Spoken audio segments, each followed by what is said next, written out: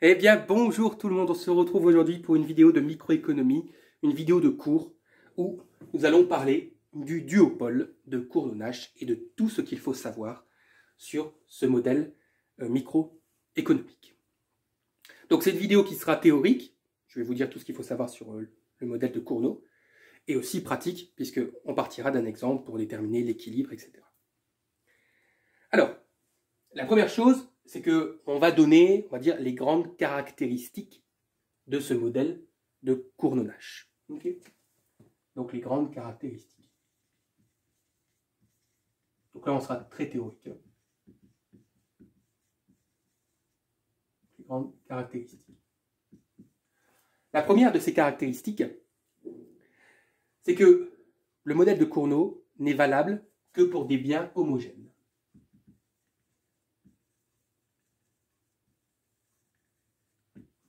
Autrement dit, les deux entreprises, parce qu'on est d'accord, duopole, il y a deux entreprises sur le marché, les deux entreprises vendront le même bien, avec les mêmes caractéristiques. Okay. Biens homogènes sont des biens qui sont strictement identiques. La deuxième chose, c'est que la fonction de demande dépendra des quantités des deux entreprises. La demande dépendra des quantités offertes par l'entreprise numéro 1 et des quantités offertes par l'entreprise numéro 2. Ça, on verra quand on prendra l'exemple. Ce n'est pas la plus grande caractéristique. La plus grande caractéristique, c'est la troisième. C'est que la détermination des quantités, c'est-à-dire Q1 et Q2, est simultanée.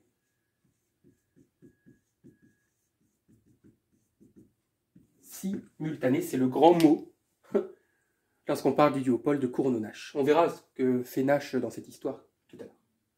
Donc la détermination des quantités, elle est simultanée. Ça veut dire que chaque entreprise détermine sa production en considérant que la production de l'autre est fixée.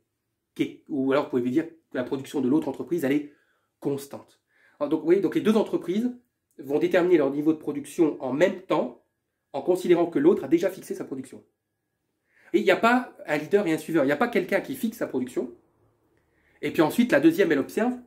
Ah, donc toi, tu vas vendre ça sur le marché, donc je vais m'adapter à ce que tu vas vendre. Non, non, les deux en même temps, on produit ça compte tenu du fait que l'autre a déjà fixé sa production. Donc c'est un modèle simultané. Le modèle de Cournot, c'est un modèle, vous allez voir, qui est basé en fait sur un système d'équations. Parce que lorsqu'on résout un système d'équations, les équations, on les résout toutes en même temps. Vous comprenez? Quand vous avez trois équations à trois inconnus, vous déterminez les trois inconnus en même temps. Eh bien, c'est pareil. Vous voyez, c'est pour ça qu'on dit que la détermination est simultanée. On verra qu'on passera par un système d'équations. Donc, retenez ça. Chaque entreprise considère que la production de sa concurrente, elle est fixée, elle est constante. Bien. Alors, donc c'est bon pour vous, je vais effacer.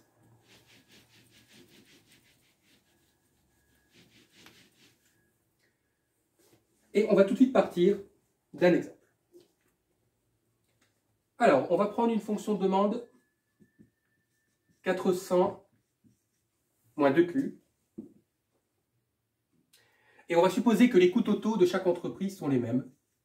Le but, c'est de faire une vidéo simple. Donc, on va commencer par l'exemple le plus simple.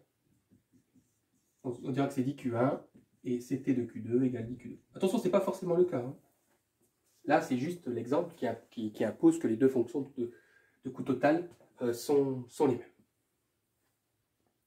D'ailleurs, vous avez vu, petite remarque, qu'il n'y a qu'une seule fonction de demande, alors qu'il y a deux entreprises sur le marché.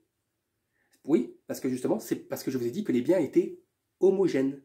Si les biens sont homogènes, que les biens ont strictement les mêmes caractéristiques, eh bien, en face des deux entreprises, il y aura les mêmes consommateurs. Oui, donc, notez-le si vous voulez que le fait que nous travaillons avec des biens qui soient homogènes,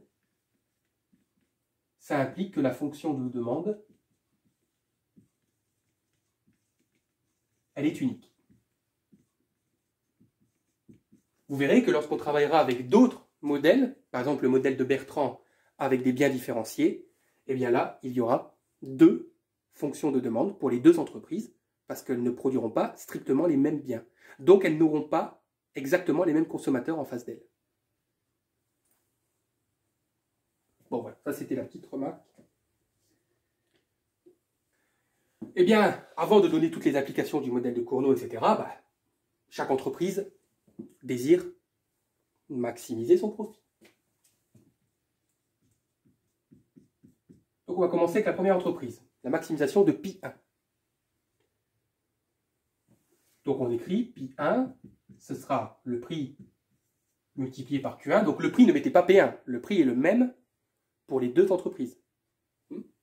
Ce sont les quantités qui diffèrent dans le modèle de Cournot.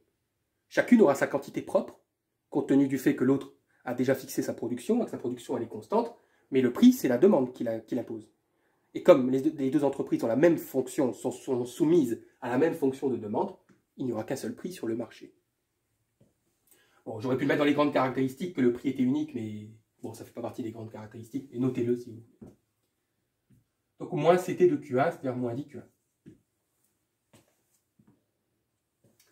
Le prix, c'est la fonction de demande. Mais la fonction de demande, qu'est-ce que j'avais dit? Qu'elle dépendait de Q1 et de Q2. C'est-à-dire que Q, c'est Q1 plus Q2. Donc le prix, je peux le réécrire 400 moins 2 Q1 plus Q2. Oui, ça c'est Q.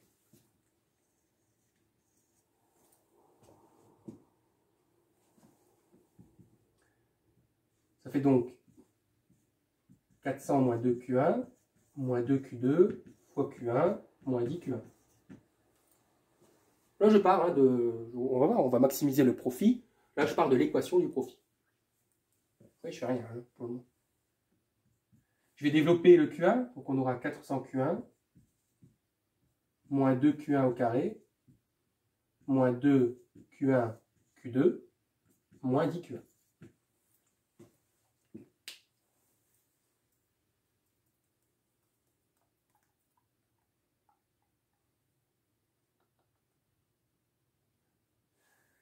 Comment on maximise un profit? Il faut que la dérivée soit égale à 0. Donc nous devons, alors étant donné qu'on travaille avec la première entreprise, la variable c'est Q1. D'accord? L'entreprise 1 ne peut faire varier que Q1, puisque Q2, déjà le Q2 appartient à l'autre entreprise, mais Q2 est considéré comme constante. C'est la base du modèle de Cournot. Donc je vais dériver le profit par rapport à Q1, et je vais l'égaliser à 0.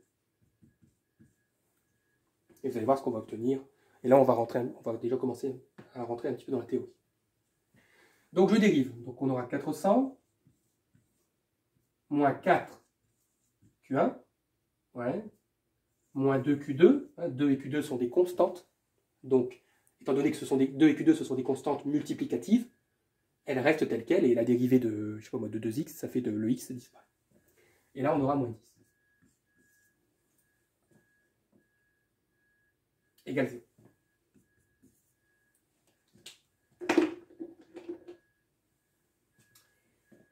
Eh bien ici, cette première partie, vous avez tout simplement rien d'autre que la recette marginale de la première entreprise. Ça c'est RM1, attention c'est un 1, ça c'est pas un prime, c'est RM1, et là, vous avez le coût marginal. Attendez, on va... Ne vous inquiétez pas. Donc coût marginal 1. Pourquoi? Parce qu'effectivement, regardez, si je dérive, le coût marginal, c'est la dérivée du coût total, donc je retrouve bien le 10. Mais ça, retenez-le de toute façon, là c'est théorique, ce que je fais, donc c'est toujours le cas. Et ça, c'est la recette marginale, ne vous inquiétez pas, lorsqu'on dérive prix fois quantité, par rapport à la quantité, on tombe bien sur la recette marginale. Je voulais juste vous montrer quelque chose de visuel, donc vous m'autorisez à juste effacer Max Pi. Regardez, petite parenthèse. Je vais prendre ma fonction de demande. C'est pas graphique. Hein. Donc P, on a dit, c'était 400 moins 2Q1 moins 2Q2. Vous êtes d'accord hein, si je développe le 2 avec Q1 plus Q2, ça fait ça. Bah, c'est ça quoi. C'est le petit morceau qui est ici. Regardez la différence entre la recette marginale et le prix. C'est quoi? Ben, le 400, c'est le même. Le moins 2Q2, c'est-à-dire la constante de l'autre entreprise, c'est la même. Et qu'est-ce que j'ai fait avec le coefficient du Q1? Ah, je l'ai multiplié par 2. J'ai multiplié le coefficient par 2. Eh bien oui, c'est le cas. Autrement dit, si le prix s'écrit, alors on va écrire B moins A fois Q1 moins A fois Q2. Ça, c'est la je le donne sous sa forme générale. Eh bien, vous allez pouvoir tout de suite dire que la recette marginale 1, c'est B moins 2A Q1 moins A Q2. C'est-à-dire vous multipliez par 2 le coefficient qui se trouve devant le Q1. Et on fera la même chose pour Q2, mais avec le coefficient devant le Q2. Ouais, mais on verra. On y va tout doucement. Donc la recette marginale s'obtient simplement en multipliant par 2 le coefficient devant le Q1 dans la fonction de demande. Ou bien vous passez comme là, vous faites comme là, hein, vous voyez. Ici, vous dérivez le profit par rapport... C'est juste si vous voulez être plus rapide. Pourquoi? Parce que regardez, l'équilibre, la maximisation du profit, elle est donnée par quoi? Si je fais passer le moins 10 de l'autre côté, j'aurai quoi? J'aurai 10. 10, c'est le coût marginal. Donc la maximisation du profit est donnée par l'égalité entre la recette marginale de l'entreprise et son coût marginal. Mais on retrouve ça exactement dans le cas du monopole aussi. Tout monopole maximise son profit en égalisant sa recette marginale et son coût marginal. Mais c'est pareil pour le duopole de Cournot. Mais même pour tous les duopoles. C'est la définition même de la maximisation du profit, l'égalité entre la recette marginale et le coût marginal. Là, je voulais juste... Je m'énerve pas, vous inquiétez pas. Mais là, je voulais juste que vous le visualisiez à partir de la fonction du profit. En fait, là, j'ai refait toute la démonstration de base. Et on retrouve bien la recette marginale égale le coût marginal. Donc, ça veut dire que maintenant, si vous voulez aller plus vite, vous pouvez tout de suite partir de ça en utilisant ça. C'est-à-dire, vous prenez la fonction de demande, vous multipliez par 2 le coefficient du Q1, et puis vous égalisez tout de suite au coût marginal. Ça vous évite toute cette étape de calcul. Mais moi, je suis là pour tout vous expliquer, donc j'étais obligé de tout détailler.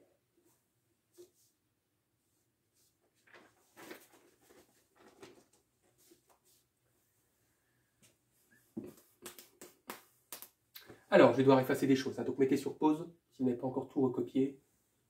Donc, je vais garder bien sûr la fonction de demande, hein, ça j'en ai plus besoin. Ça non plus.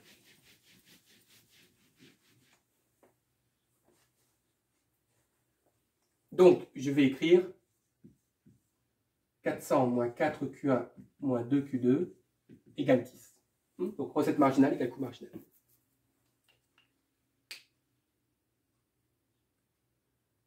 Je rappelle que Q2 n'est pas une variable, Q2 est une constante. Ne l'oubliez pas. Alors, qu'est-ce que je vais faire avec ça? Eh bien, nous allons déterminer ce qu'on appelle la fonction de réaction.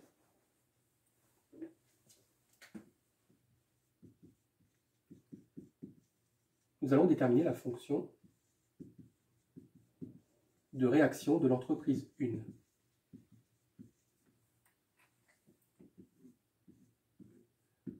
En quoi consiste cette fonction de réaction? Eh bien, vous allez exprimer Q1 comme une fonction de Q2.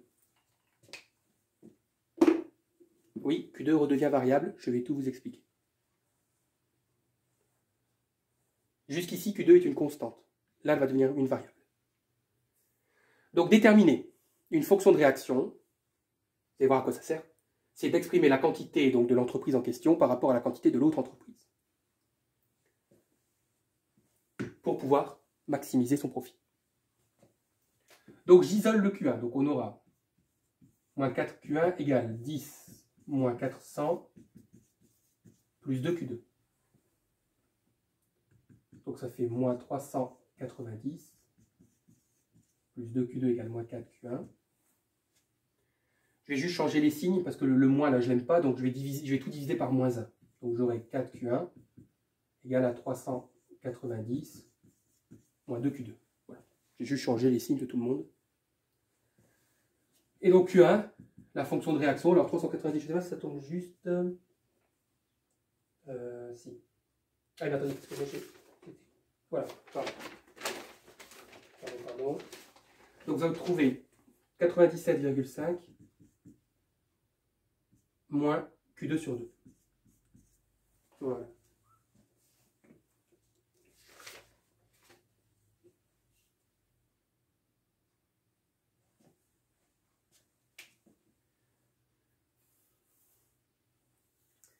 Qu'est-ce que ça veut dire, ça, cette fonction de réaction?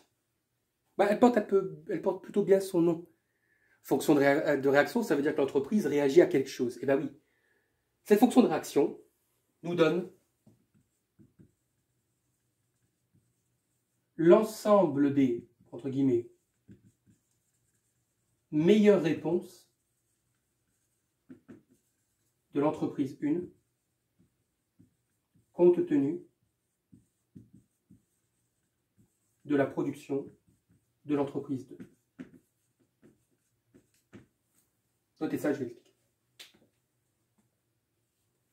Donc la fonction de réaction nous donne l'ensemble des meilleures réponses que peut apporter l'entreprise 1 compte tenu de la production de l'entreprise 2.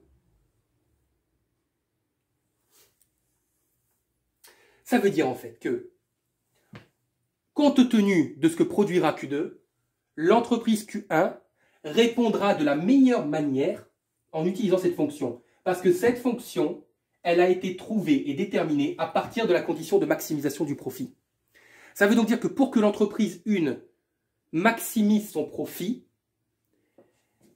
eh bien, la meilleure réponse qu'elle peut apporter, c'est de produire cette quantité compte tenu de la production fixée par l'entreprise 2. Ça veut dire l'entreprise 2, elle choisit, peu importe la production qu'elle choisit, l'entreprise 1 y répondra toujours de la meilleure manière en utilisant sa fonction de réaction parce qu'elle maximise son profit compte tenu de la production de l'autre entreprise. J'ai plus d'énergie. Là, j'ai tout donné. Là, bon, je pense que vous avez compris. Okay, en gros, c'est le meilleur choix possible compte tenu du choix de l'autre. Parce qu'avec cette fonction, l'entreprise maximisera toujours son profit.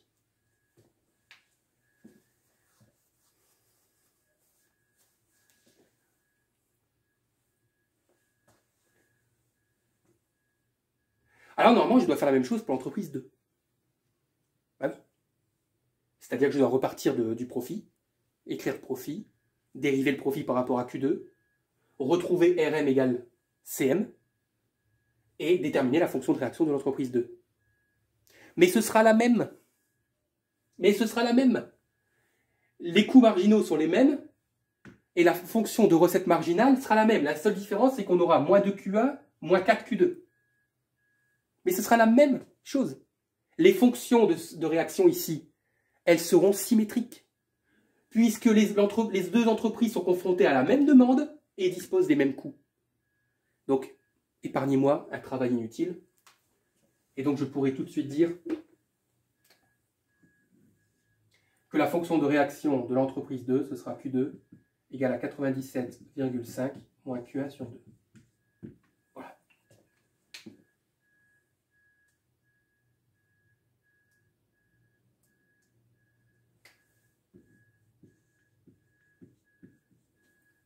Ok. Donc la fonction de réaction de l'entreprise 2, elle est là. Voilà. Je pense que vous avez compris. Et donc c'est l'ensemble des meilleures réponses de l'entreprise 2 compte tenu de la production de l'entreprise 1.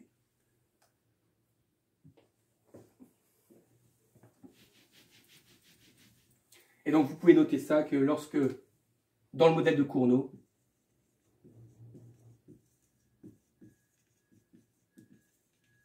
lorsque les fonctions de coût total sont les mêmes,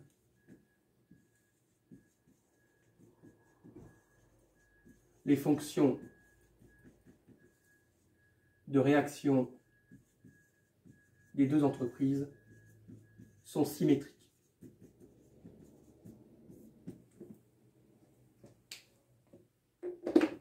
Autrement dit, c'est le cas le plus simple. Voilà, on va dire. Ne vous inquiétez pas, je vais les noter. Une fois que j'aurai tout effacé, je vais les noter à la place des fonctions de coût total, parce que les fonctions de coût total, on n'en a plus besoin.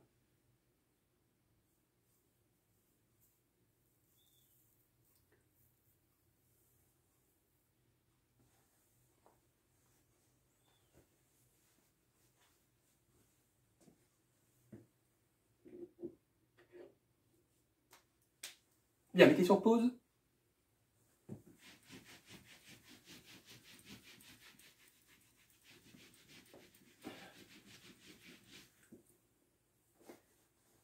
Et donc, regardez, notre système d'équations apparaît. Déterminer, écoutez bien, déterminer un équilibre de Cournot, c'est résoudre le système des deux fonctions de réaction. C'est-à-dire Q1 égale 97,5 moins Q2 sur 2, et Q2 égale 97,5 moins Q1 sur 2. Bon, vous avez compris que si vous avez trouvé Q1, vous avez aussi trouvé Q2, hein, puisque ce sont les mêmes. Voilà notre système d'équations. Je vais le noter ici.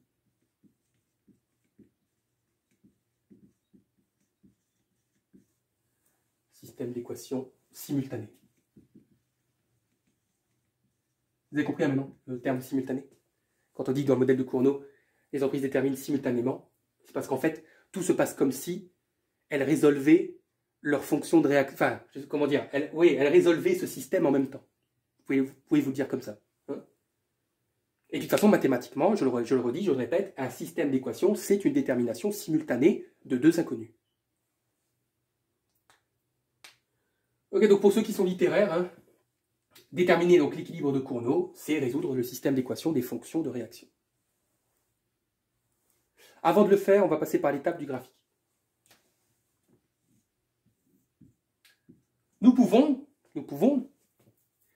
étant donné que dans la première, Q1 est une fonction de Q2, dans la deuxième, Q2 est une fonction de Q1, nous pouvons représenter dans un repère Q2, Q1, enfin Q1, Q2, les fonctions de réaction. On peut représenter les fonctions de réaction dans un repère Q1, Q2.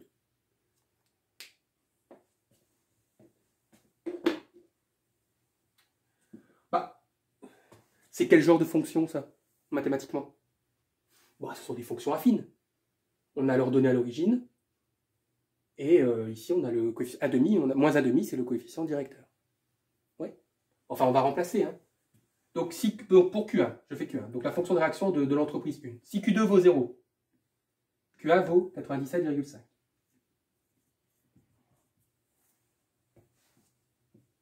Oui. Et si Q1 vaut 0, vous trouvez Q2, 97,5 fois 2. Ça fait 195. Voilà la fonction de réaction de l'entreprise 1. Ouais. J'ai fait le B à bas d'une représentation graphique, c'est une droite, donc j'ai pris 2 points. Q1 vaut 0, donc Q2 vaut 195, et Q2 vaut 0, donc Q1 vaut 97,5. Et j'ai tracé. Étant donné que ce sont des fonctions affines, vous comprenez que la représentation graphique, ce sont des droites. Et pour... Alors attendez, parce que... Excusez-moi pour ceux qui l'auraient fait au stylo, et vous allez devoir allonger votre temps pour moi. Bon, je ne suis pas à l'échelle, hein, c'est pas grave, on a compris l'idée. Donc pour Q2, bah, vous aurez ici du coup la même chose, c'est l'inverse en fait, vous aurez 195 ici, et vous aurez 97,5 ici. Hop. Ça c'est la fonction de réaction de l'entreprise 2. Et si vous avez peur, faites pareil, hein, vous remplacez Q1 par 0, donc Q2 vaut 97,5, et si vous remplacez Q2 par 0, Q1 vaudra 195. Et l'équilibre de Cournot est donné à l'intersection des deux courbes. D'ailleurs, on appelle ça des fonctions de réaction. Les courbes, on appelle ça des courbes de réaction. Okay. Et donc, donc l'équilibre qui est donné par la valeur de Q1 étoile et de Q2 étoile, est appelé équilibre de Cournot. Qu'on ne connaît pas encore, puisqu'on n'a pas encore déterminé arithmétiquement le système. Et donc on appelle ça l'équilibre de Cournot. Ça porte un autre nom. On appelle ça aussi l'équilibre de Nash. C'est un équilibre de Nash. Alors je ne sais pas si au moment où vous voyez cette vidéo, vous avez déjà étudié ce qu'est un équilibre de Nash. Mais en gros, ce point, personne, aucune des deux entreprises ne sera incitée à aller ailleurs qu'à ce point. Okay.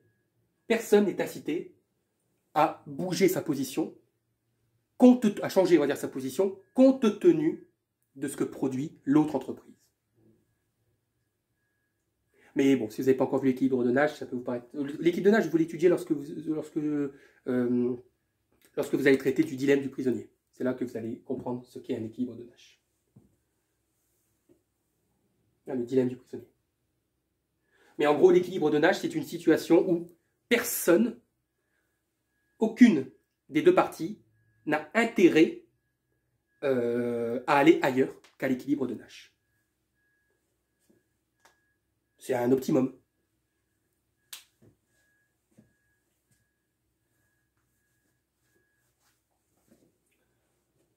Donc là, on aura Q1 étoile. Et là, Q2 étoile. C'est pour ça qu'on appelle ça le modèle de Cournot-Nash.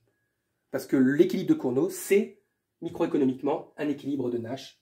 C'est-à-dire une combinaison optimale de deux valeurs pour laquelle personne n'est incité et n'a intérêt à changer de position. Compte tenu de ce que l'autre décide. N'oubliez pas que les réactions sont simultanées.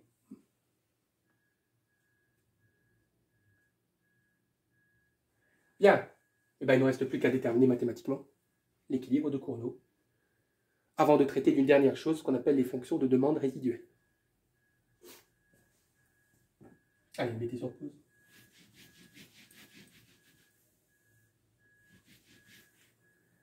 Bon, petit système d'équations, on sait que Q1 est égal à ça, donc je vais remplacer Q1 dans la deuxième par son expression. Donc Q2 sera égal à 97,5 moins... Alors, vous êtes d'accord que divisé par 2, ça revient à multiplier par 1,5. Donc moins 1,5 de 97,5 moins Q2 sur 2. Oui. Donc j'ai remplacé dans la deuxième équation Q1 par son expression de la première. Bon là, excusez-moi, je vais vous donner la valeur, mais je pense que c'est bon. Vous développez le 1,5, vous regroupez les Q2, et vous trouvez Q2 étoile égale 65.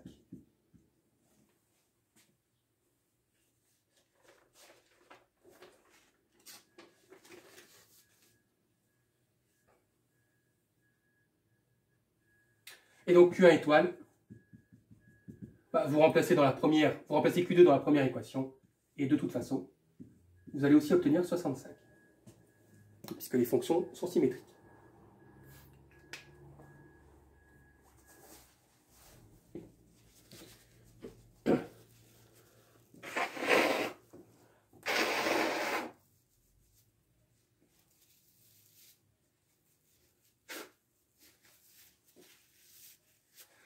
Excusez-moi. Ça va pour ça, hein? Ça va, hein? Vous avez vu, c'est pas très compliqué que ça, le duopole de Cournot-Nash. Mais les deux autres non plus, hein? Stackelberg et Bertrand, c'est tout aussi facile. Bertrand, c'est la même chose, mais les fonctions s'écrivent avec les prix. Puisque l'équilibre de Bertrand, c'est un équilibre par les prix, et non pas un équilibre par les quantités. Alors, il nous reste une chose à déterminer, là. C'est bien beau d'avoir les quantités, mais ce qui serait bien, c'est d'avoir le prix du marché. Donc là, attention, le prix sera égal donc à 400 moins 2 fois, on avait dit que Q c'était Q1 plus Q2, n'oubliez pas. Donc 2 fois 65 plus 65. Et vous allez trouver 140.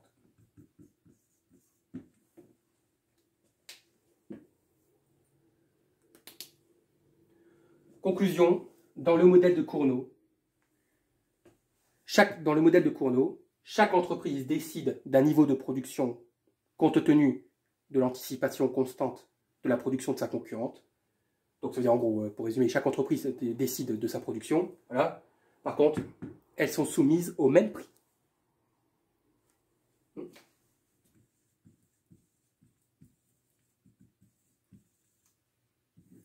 Le prix est unique dans le modèle de Cournot. Ce qui n'est pas le cas dans le modèle de Bertrand. Puisque dans le modèle de Bertrand, comme je l'ai dit, les entreprises se font concurrence par rapport au prix. Donc chacune va fixer son propre prix. et la quantité du marché, à supposer bien sûr que les biens sont homogènes, la quantité sera unique. Et on verra ça dans une autre vidéo. Mais là, retenez simplement que le prix est unique chez Cournot.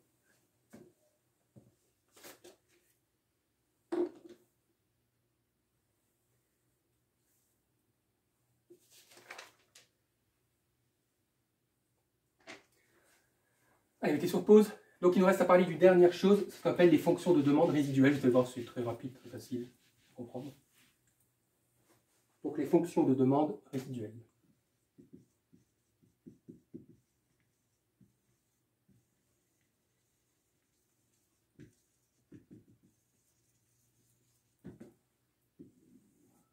Fonction de demande résiduelle. C'est quoi une fonction de demande résiduelle? Une fonction de demande résiduelle, c'est la fonction de demande à laquelle fait face l'une des deux entreprises lorsqu'elle fixe la production de l'autre entreprise. Regardez bien. Donc, on va prendre pour l'entreprise 1, la fonction de demande résiduelle. Supposons que nous fixions Q2, on va fixer à 65, sa valeur d'équilibre. On va dire Q2 égale 65.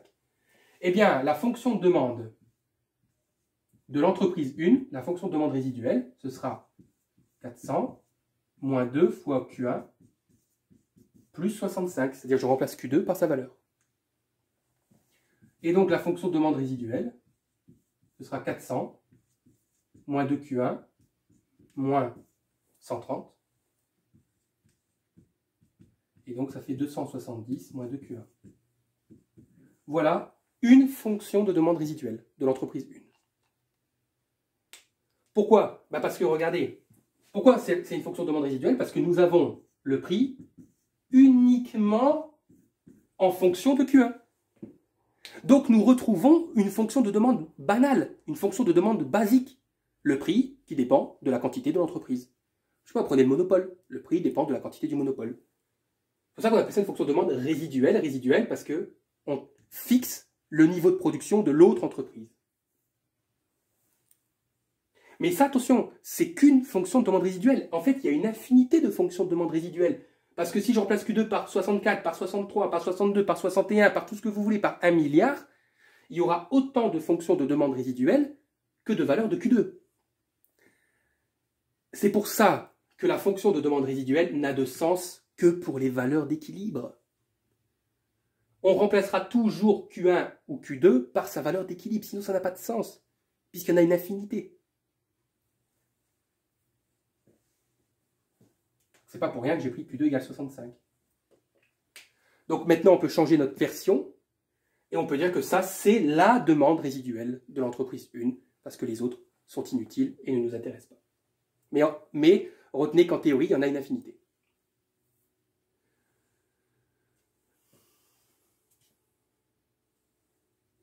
Donc ça, c'est la fonction de demande résiduelle 1.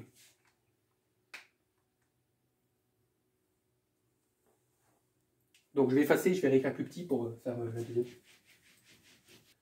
Donc je réécris ici, si Q2 égale 65, prix de la demande 1 égale 270 moins 2 Q1. Et donc on aura bien sûr, si Q1 égale 65, donc je prends la valeur d'équilibre de Q1, et j'aurai donc la fonction de demande résiduelle de l'entreprise 2. Et ce sera la même chose. Ce sera la même chose puisque les quantités sont exactement identiques et c'est la même fonction de demande. Donc voilà, on va retrouver la même chose pour la fonction de demande résiduelle 2. Alors je vais faire un graphique, mais je vais faire un graphique que pour l'entreprise 1. Enfin, je vais prendre le cas de l'entreprise 1. Donc la première chose, c'est qu'on va représenter la fonction de demande totale. Donc c'est une droite, puisque c'est une fonction affine, donc on va prendre 2 points. Si Q vaut 0, le prix est égal à 400. Et si le prix vaut 0, la quantité vaut 200. Bon, je ne suis pas à l'échelle, c'est pas grave.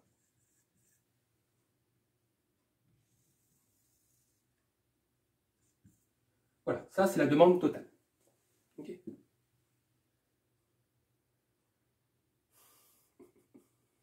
Alors, on va placer l'équilibre, tout de suite, l'équilibre global. Je vous rappelle que le prix est de 140. Donc on va le mettre quelque part ici. Et la quantité totale, c'est 65 fois 2. C'est 130. Bah, de toute façon, je vais faire comme ça. Voilà, on va supposer que 130 est ici. Hop. Alors, on va représenter la fonction de demande résiduelle. La fonction de demande résiduelle de l'entreprise 1, sachez qu'elle a une particularité, c'est qu'elle est parallèle à la demande totale. Faites-le, hein, si vous avez des carreaux, représentez-la bien correctement, vous verrez qu'elle est parallèle à la demande totale. Pourquoi? Parce que la fonction de demande résiduelle, qu'est-ce qu'on a fait? On a retiré les quantités de 2. Donc, elle va se déplacer. Hop, comme ça. Donc là, vous avez la demande résiduelle de l'entreprise 1. En fait, on a juste retiré une valeur dans la fonction. On a retiré Q2. Donc l'écart qu'il y a entre la demande totale et la demande résiduelle de l'entreprise 1, c'est Q2. Ouais.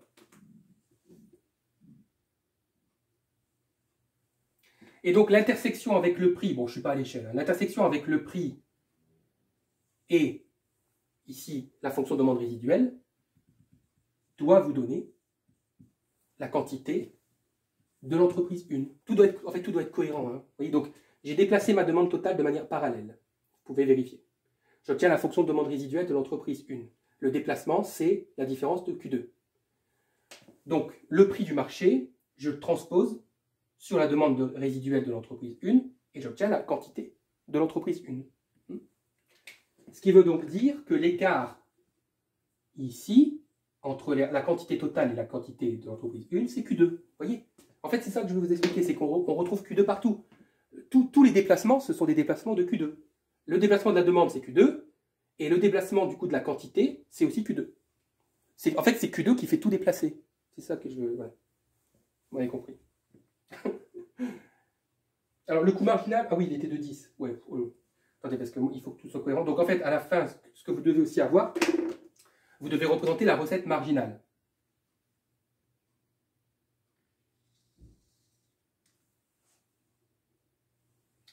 Non, ça va. Non, j'ai pas fait au... J'ai pas l'échelle. Non, attendez.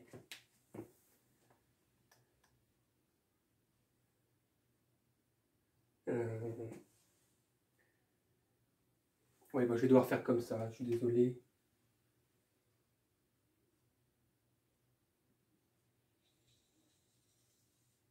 Voilà, donc ça, on va supposer que c'est la recette marginale de l'entreprise 1, et donc le coût marginal doit être ici. Voilà.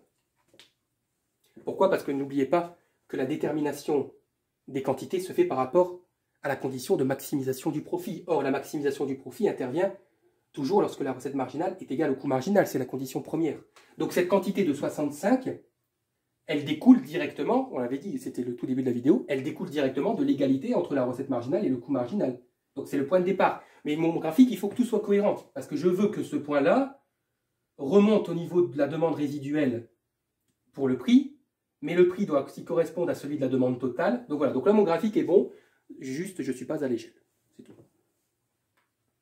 Donc j'ai l'égalité entre RM et CM qui me donne la quantité de 1, que je reporte sur la demande résiduelle de 1, qui me donne le prix du marché de 1, ce prix du marché qui est le même pour la demande totale et pour les quantités totales de 130.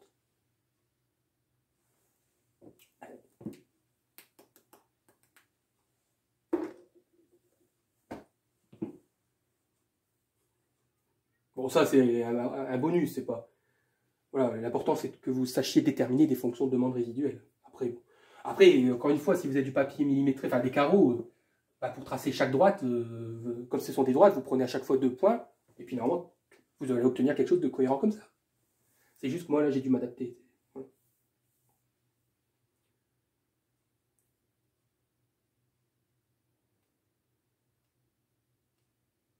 Bon, le coût marginal est beaucoup trop haut. Voilà, bon, la recette marginale, elle n'est pas du tout... Mais ça doit donner ça. Voilà, hein, je regarde s'il y a d'autres choses à vous dire. Mais je ne pense pas.